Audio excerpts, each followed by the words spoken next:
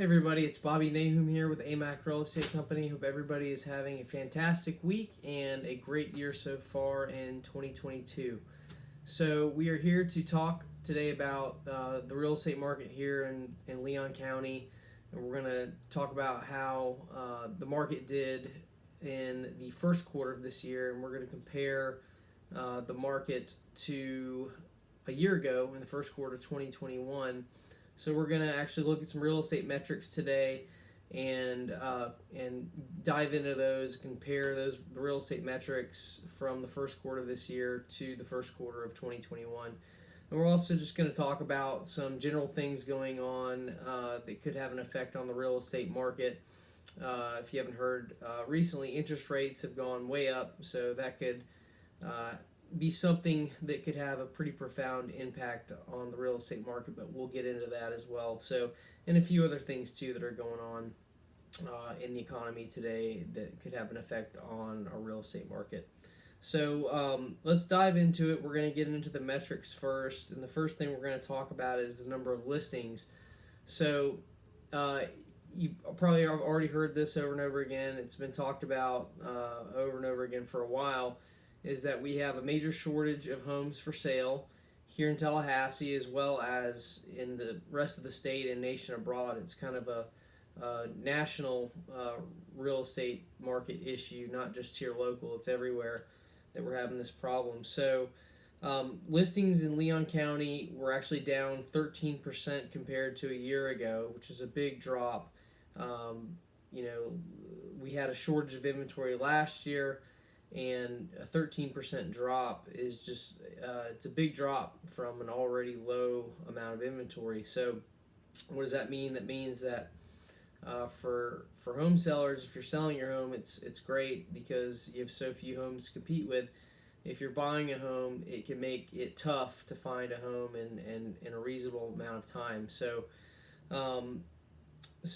But the reason for the shortage of listings and the continuing decrease is because we're just not seeing the amount of listings coming on the market that we need to meet the demand. The demand has continued to go up while the supply just keeps getting eaten away, and a big part of that has to do with a slowdown in the new construction of homes. We've had major issues with supply chains, with building materials being able to be delivered in a timely fashion, and this has slowed down construction of homes. And then also another issue is rising costs of building materials. So you have a lot of instances where people agree to a pre-construction price, and then as construction proceeds, the prices of materials goes up so much, and then the builders have to raise their prices, and it's kind of become an issue because it's turning buyers away because they don't like to not know what they're paying, they're going to end up paying. It's almost like open-ended because the prices are going up so fast, and the builders are having to come back to the buyers and tell them that they're going to end up having to pay more money than they originally thought. So anyway, so that's the reasons causing the decrease in inventory. And I would expect to see a continuation of that trend for some time. There will be some big developments, housing developments coming to Tallahassee in the next couple of years, but that's a ways away. We'll get into talking about that in a little bit. So the second metric we want to talk about is sales.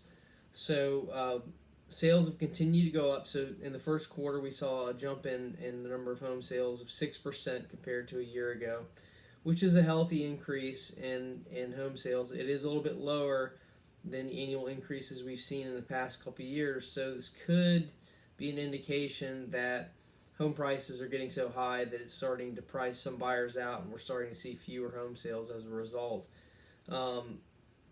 Or at least a decrease in the increase. We're still up, so sales haven't gone down yet. And then the other thing too is interest rates have been increasing slowly over the past year or so, and actually recently, very recently, within the last 2-3 weeks, we've seen a major spike in the interest rates. So that could have an impact on sales going forward. We're not going to know how much of an impact until probably a couple months down the road.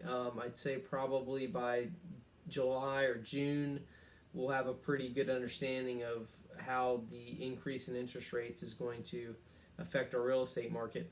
And we're at the average rate on a 30-year mortgage right now is it's at 4.9%. So that could go up further. So we'll see how that affects sales in the future. But as of right now, home sales are still going up. They're up from last year. So the next thing I want to talk about is home prices. So home prices are still going up strong. We had an 8% increase in home prices in the first quarter of this year compared to the first quarter of last year. So the historical average of home price increases is about 3 to 5%. So we're well above that. So if you own real estate, it's great news because your asset is going up in value. If you're buying a home this year, it's obviously going to make buying a home more affordable than a year ago. So especially when you combine the increase in price with the increase in mortgage interest rates, it's caused the cost of home ownership to go up significantly from a year ago. So let's see. So yeah, it's a great time to sell, obviously, because the prices are high. But again, like I said, the makes buying a little bit tougher. So the next metric I want to talk about is the sale price to list price ratio. So I've talked about this before, but I'll just go over it briefly again so you understand what it is. So the sale price to list price ratio basically just measures how much homes in our market are selling for an average compared to the home's listing price. So just a quick example, if a home was listed at $100,000 and it sold for $98,000, the sale price to listing price ratio would be 98%. So this year in our market, the average sale price to listing price ratio was 99.96%, which is high. It's basically, homes are selling for basically 100% of the asking price. A year ago, it was at 98.79%. So obviously the high sale price to listing price ratio is a reflection of so many buyers competing for so many homes. So there's that. And then real quick, going back up to home prices, just a quick stat. So the average home price in Leon County this year was $283,963, and that's up from last year, a year ago in the first quarter, when it was $263,060. So basically almost a $21,000 increase in average home prices here in Leon County in the last year. It's a big jump. So next metric is average number of days on the market. So on average, it took homes about 45 days to sell in the first quarter of 2022, whereas compared to a year ago, homes were selling after about 50 days. So we had about a 5-day drop on average from a year ago. So now I will say this, homes are selling after about 45 days on the market as of the first quarter. In the second and third quarter of last year, homes were selling after about 35 days. So I'd say that was the peak. That's the lowest I've ever seen. It was last summer. So we'll see if it returns to that level this summer. It'd be interesting to see. But anyway, it's still 45 days for Leon County is pretty low historically. So, but it'll be interesting to see with the increase in the interest rates how that may have an impact on the number of days on the market. So it's something to keep an eye on. If we see the days on the market creep up throughout the year, then I think we'll know that that's probably caused by the rising interest rates. The last metric I want to talk about is the distressed sales to total sales ratio. So this basically just measures what percentage of overall sales distressed sales make up in our market. So distressed sales, again, usually foreclosures or short sales, but it could be bankruptcy sales, estate sales, any other type of sale that would lend itself to the home selling for less than it normally should. So distressed sales is still very low. In the first quarter of 2022 in Leon County, they made up 2.1% of total sales. It's a little bit up from last year when it was only 1.5% a year ago. So, and I do think we will see a slight uptick in distressed sales, mainly foreclosures this year, because we recently had a lot of the COVID era uh, programs that were assisting people with paying their mortgage, those are going to come to an end, or they have come to an end. Sorry, they have come to an end recently. So we may start to see some people that were affected or got laid off and never went back to work. Those people who stopped receiving the COVID era benefits, they may end up losing their homes. I think we're going to see some foreclosures from that. But with the housing inventory being so low, I think the market will just absorb those new foreclosures pretty quick, and it won't have too much of an effect on prices, if any effect, because the markets, we need more inventory, so it won't have an effect likely on home prices.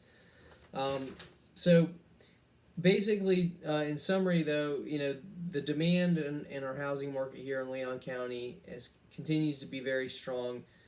Florida as a whole has had a major influx of people over the last year, which has helped continue to fuel demand for housing here in Leon County and throughout the rest of the state. There's lots of cash in circulation. People are still pretty cash heavy right now, so which is helping people be able to buy homes. And there's also an improving job market. More and more people are finding jobs again, and obviously that leads to more people buying homes. The supply, obviously, like we talked about, supply of homes is still very, very low. We may see that start to change, not this year, but I'd say in the next couple years. We've got some pretty big developments that look like they're coming to Tallahassee, housing developments. One of them is D.H. Horton is the builder, and D.H. Horton is one of the largest builders in the country, if you don't know who they are. And they are proposing two developments, one out by Woodville Highway and one in between St. Augustine and Appalachian Parkway out on the east side of town. Combined, it's almost 300 acres of development, which is going to be a lot of houses. So if that goes through, we're going to have a lot more houses in Tallahassee, which we need. And there's also smaller developments from other builders that are in the works as well. So we'll see how that plays out, but in the next year, 2 years, I think we're still going to have this problem with shortage of inventory. But 2-3 years down the road, we may start to get some relief. So we'll see. The other thing is inflation is also an issue that needs to be paid attention to. That could have an impact on the housing market. So inflation right now is averaging about 8%. That's what the official numbers are. That's the highest level it's been in over 40 years. So inflation is rising faster than people's wages too. So people actually have less money to spend now than they did a year ago. So that means people have less money, that they have less money to buy homes. So that could have an impact too. So we'll keep an eye on that and see how that affects the real estate market going forward. But in the end, Florida's market is sort of protected. Leon County and the rest of Florida's market is kind of protected. Due to the huge influx of buyers coming to Florida. In 2021 alone, we had 211,000 people move to Florida, which is a lot of people, and all those people need homes. So despite the inflation, despite the rising interest rates, I think the demand for homes here in Leon County will continue to be strong. Although it will be interesting to see what happens over the next 3-4 months with the rise in interest rates. So keep an eye on that. So, but if you ever have any questions about the real estate market, feel free to reach out to me. You can email me, you can text me, you can reach out to me on my Facebook business page, or just give me a call. Either way, that's fine too. But be glad to answer any questions that you have, and hope you guys enjoyed this, and I will be back in 3 months to talk to you guys about the second quarter real estate report. And until then, hope you guys have a fantastic spring and early summer, and I will talk to you soon. Thanks.